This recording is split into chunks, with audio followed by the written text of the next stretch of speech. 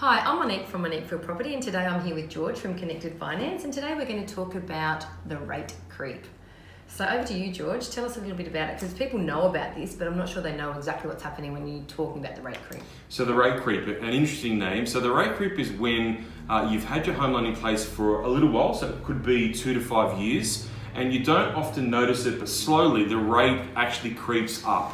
So the bank increases their rates slowly over time, and you're not really aware of it. So the RBA aren't increasing rates. This is the bank, your bank that you've got your home loan with, that 3.5% when you got that rate, but it's going up unbeknownst to you. Yeah, and before you know it, you might review it a few years on, and all of a sudden it's actually a massive difference, and you don't realise that the rate's gone up dramatically. Now, typically what takes place is existing customers are not looked after as good as new customers. And I'm sure everyone is aware of that. When a new customer walks in the door, whether you've been an existing customer for 20 plus years, normally that new customer off the street is getting a better rate.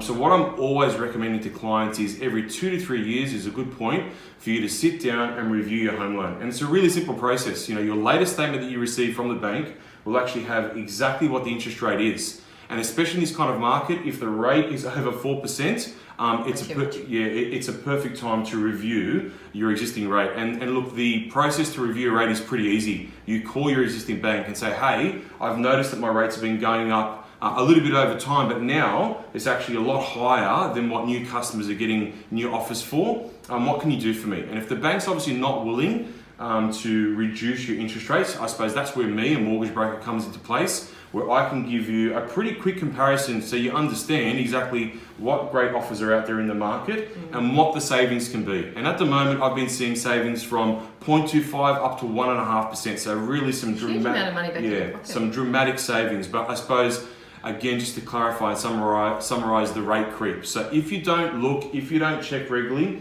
that rate will creep up over time.